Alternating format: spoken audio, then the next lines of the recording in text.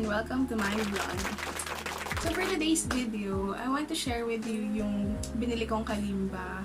Actually, meron na akong kalimba given to me by my jowa ng birthday ko. So nagagaluhan niya ako kasi nakita niya na pag nagbabrowse ako online, lagi ako tumitingin ng mga kalimba, ganyan, kung ano yung maganda, nag-check ako ng reviews sa YouTube. And yun, so na-surprise ako nung birthday ko. Nagregalo siya sa akin ng kalimba and then na-surprise ako. So, eto yun. Ayan. Ayan. Pero na-notice ko kasi, medyo matigas yung ano niya. Ito, natitigasan ako sa kanya. Nakikita ko dun sa mga ibang nagpe-play ng kalimba na parang sobrang easy lang nalang ginagamit. Pero pag ako, sabi ko, bakit parang sobrang effort yung kailangan ko dito para tumunog? Tapos parang kapag piniplay ko siyang ganun, as in, gumaganon yung kalimba. Eh, yung iba, parang finger lang naman, tas easy-easy lang.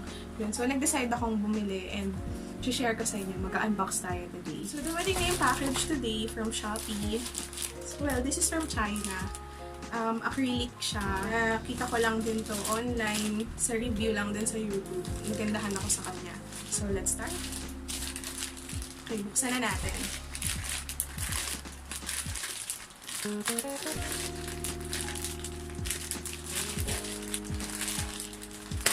Wala akong scissors.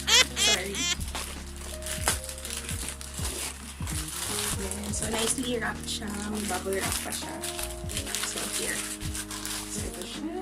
Sobrang excited akong makita ito. Ayan.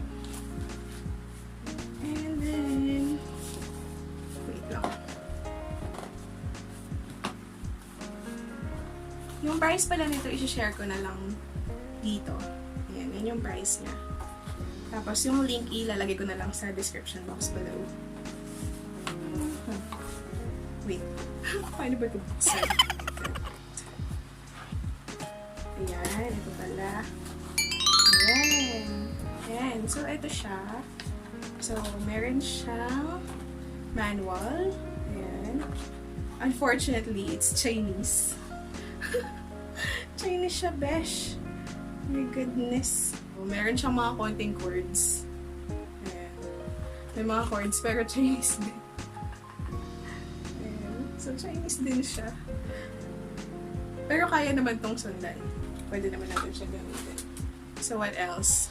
So, meron siyang ayan. So, meron siyang panglinis. May panglinis ng acrylic na kalimba natin. And, meron din siyang ayan, meron siyang mga stickers. There. Ayan. So, para saan tong sticker? So, lalagay natin siya dito. Ayan, sa mga ganyan. And then, ayan, so may panlinis. And meron ding hammer. Ito gamit siya sa pang-tune ng kalimba. Papakita ko na lang din siguro sa other video kung paano mag-tune ng kalimba. I'll show it to you. So, ito na. Ito na yung kalimba natin. Excited ako. Ayan. So, here. Ayan. My gosh, ang ganda. Ayan. So, this is our acrylic kalimba. Ayan. So, this is fragile. Ayan. So, for now, hindi pa siya for sure naka-tune. Ayan. Ayusin lang natin siya. Ayan. Iba yung tunog niya. Mas maganda siya.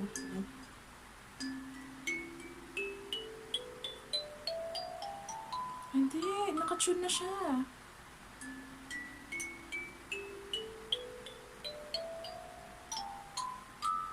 Naka-tune na siya kahit paano. Pero i-double check ko na lang din later kung talagang naka-tune na siya. So, yun. So, what we have here is this one. So, itong hammer. Ayan. And then, itong manual. Ayan. And the sticker. So, ilalagay na lang natin siya dito. Okay. So, natapos na tayong maglagay ng sticker sa ating kalimba, which I'll upload another video. Abangan nyo na lang kung paano maglagay ng sticker sa ating kalimba. Okay. So, let's give a quick review regarding this acrylic kalimba, which I bought in Shopee. Yan. So, again, the link will be placed sa description below and the price.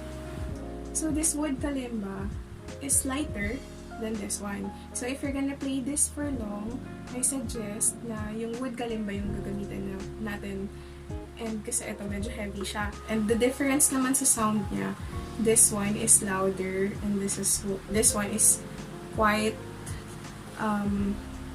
quiet.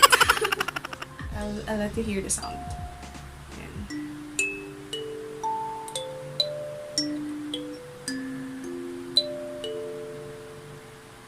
Ayan. And then this one naman, si wood kalimba natin is this. Ito yung sound niya.